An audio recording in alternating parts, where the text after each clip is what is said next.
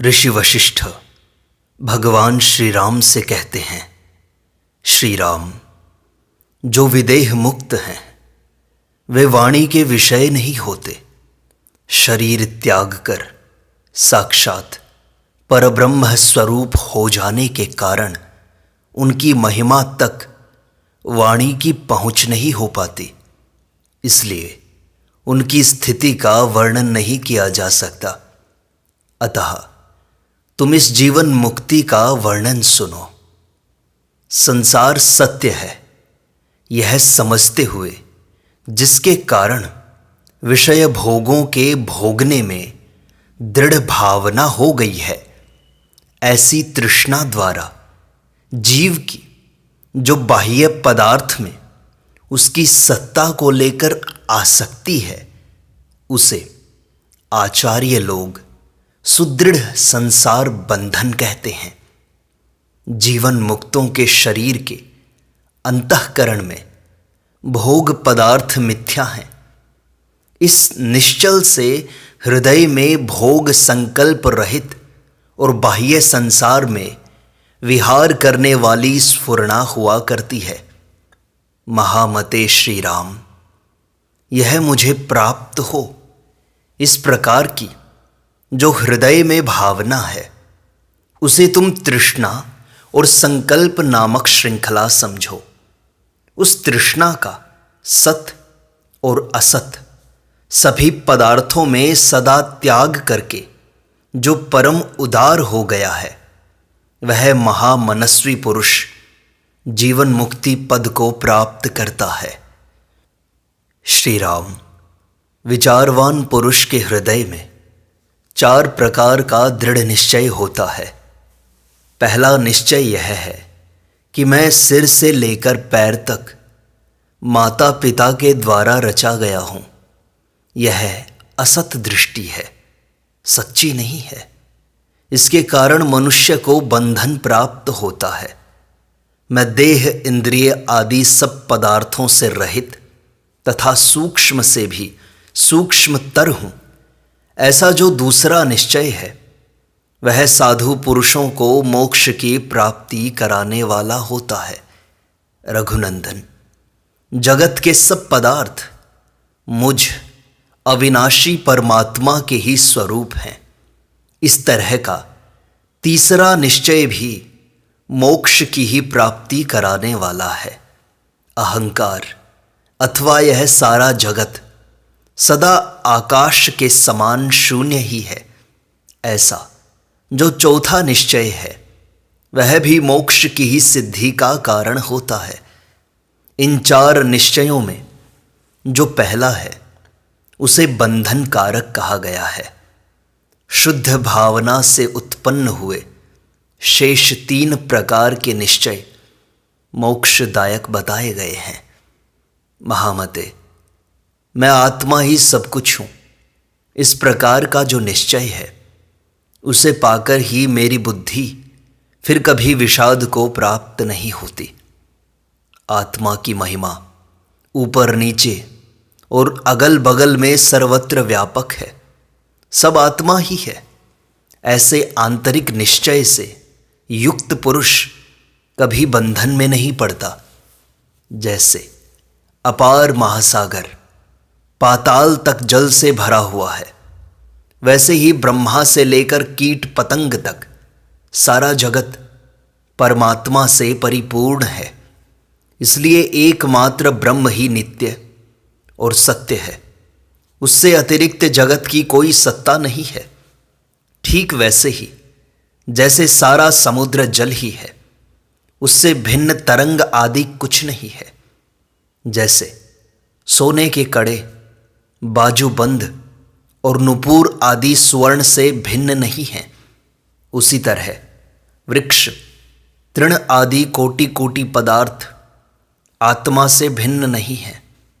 परमात्ममयी अद्वैत शक्ति ही द्वैत और अद्वैत के भेद से जगत निर्माण की लीला को करती हुई विस्तार को प्राप्त होती है। वास्तव में न तो अहंकार है और न यह जगत है। यह सब कुछ केवल निर्विकार शांत विज्ञान आनंद घन ही प्रकाशित हो रहा है। यह संसार न तो सत है न असत है, सदा यही समझना चाहिए। परम अमृत अनादि सब ज्योतियों को प्रकाशित करने वाला, अजर अजन्मा अचिंत्य निष्कल निर्विकार, संपूर्ण इंद्रियों से रहित, प्राणों का भी प्राण, समस्त संकल्पों से रहित, कारणों का भी कारण, नित्य उदित परमात्मा, व्यापक चिन्मय प्रकाश स्वरूप आकाश में परिपूर्ण अनुभव का बीज, अपने आप में ही अपने आप का अनुभव करने योग्य आंतरिक आनंदानुभव स्वरूप ब्रह्म ही तुम, मैं और यह जगत है। उससे भिन्न कुछ नहीं है।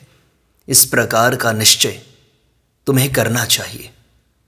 महाबाहु श्री राम, जिनका चित्त एकाग्र है तथा जो काम लोभ आदि कुदृष्टियों से आहत नहीं हुए हैं, इस संसार में लीला पूर्वक विचरने वाले उन महापुरुषों का निम्नांकित स्वभाव बताया जा रहा है। जीवन मुक्त चित्त वाला मुनि इस संसार में विचरण करता हुआ भी आदि मध्य और अंत में सदा ही रसहीन जो जगत की अवस्थाएं हैं उनको उपहास के योग्य समझे, जो न तो प्राप्त हुई प्रिय वस्तु का अभिनंदन करता है, न ही अप्रिय से द्वेष करता है, न नष्ट हुई वस्तु के लिए शोक करता है और न अप्राप्त वस्तु को पाने की ही इच्छा करता है। सदा मननशील रहकर कर्तव्य कर्म में आलस्य छोड़कर प्रवृत्त होता है, वह पुरुष संसार में कभी दुखी नहीं होता। जो सबके अनुकूल बोलता, किसी के पूछने या प्रेरणा करने पर सुंदर उक्तियों द्वारा समाधान करता और प्राणियों के मनोभाव को समझ लेता है, वह पुरुष संसार में दुखी नहीं होता। वह परम पद में आरूढ़ होकर जगत की क्षणभंगुर अवस्था को अपनी शांत बुद्धि के द्वारा हंसता हुआ सा देखता है। रघुनंदन, जिन्होंने अपने चित्त को जीत लिया है और परावर स्वरूप परब्रह्म परमात्मा का साक्षात करके जो महात्मा हो गए हैं, उन्हीं का ऐसा स्वभाव मैंने तुम्हें बताया है। अपने चित्त को न जीतने वाले मूढ़ मनुष्यों के जो यज्ञ आदि कर्म हैं, वे फल की कामना से युक्त होते हैं, नाना प्रकार के दंभ मान मद आदि दुर्गुणों से भरे हुए हैं। अतएव पुनर्जन्म आदि के कारण होने वाले सुख दुखों से परिपूर्ण हुआ करते हैं। इसलिए हम उन मूढ़ मनुष्यों के उद्धार का कोई उपाय नहीं बता सकते।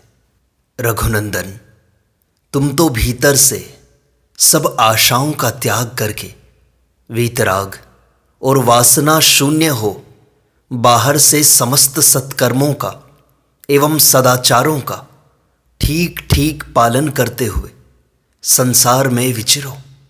श्री राम, तुम उदार सदाचारी समस्त शास्त्रीय कर्मों का भली भांति आचरण करने वाले तथा भीतर संपूर्ण कामनाओं और आसक्तियों से शून्य होकर संसार में विचरण करो। रघुनंदन, तुम सब पदार्थों का यथार्थ रहस्य एवं अंतर जान चुके हो, इसलिए जैसी अभीष्ट हो वैसी ही दृष्टि से देखते हुए अनासक्त भाव से संसार में विचरण करो। श्री राम, अहंकार से रहित अपने वास्तविक स्वरूप में स्थित आकाश के समान निर्लेप एवं निर्मल तथा कलंक से दूर रहकर संसार में विचरण करो। राघव, सैकड़ों आशा रूपी पाशों से नित्य मुक्त, सब पदार्थों में सम तथा बाहर प्रजाओं के हितकर कार्यों में तत्पर रहकर तुम लोक में विचरण करो। वास्तव में जीवात्मा का न तो बंधन है और न मोक्ष है। यह मिथ्या माया इंद्रजाल की भांति संसार में भटकाने वाली है। आत्मा तो सर्वथा एकरूप, सर्वव्यापी और आसक्ति के बंधन से रहित है। फिर उसका बंधन कैसे हो सकता है? और जब वह बंधा ही नहीं, तब किसके लिए मोक्ष का विधान होगा? यह भ्रांत रूप विशाल संसार यथार्थ तत्व को न जानने के कारण अज्ञान से ही उत्पन्न हुआ है।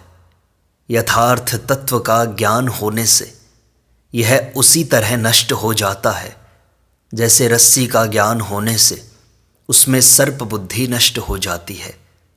तुम अनंत सत्स्वरूप एवं आकाश के समान व्यापक हो, ज्वालाओं के मध्य भाग की भांति प्रकाशमान एवं नित्य शुद्ध हो। तुम्हारा स्वरूप किसी की दृष्टि में नहीं आता। तुम सूक्ष्म स्वरूप होकर संपूर्ण जगत के पदार्थों के भीतर उसी प्रकार स्थित हो जैसे मुक्ताहार के सभी मोतियों में एक ही सूत समाया हुआ है। महाबाहु श्री राम, यह शत्रु है, यह मित्र है, यह अपना है, यह दूसरा है, यह तुम हो, यह मैं हूँ इत्यादि भावनाएं यहाँ उसी प्रकार सत्य नहीं हैं जैसे दृष्टि दोष के कारण होने वाला दो चंद्रमा आदि का दर्शन सत्य नहीं है।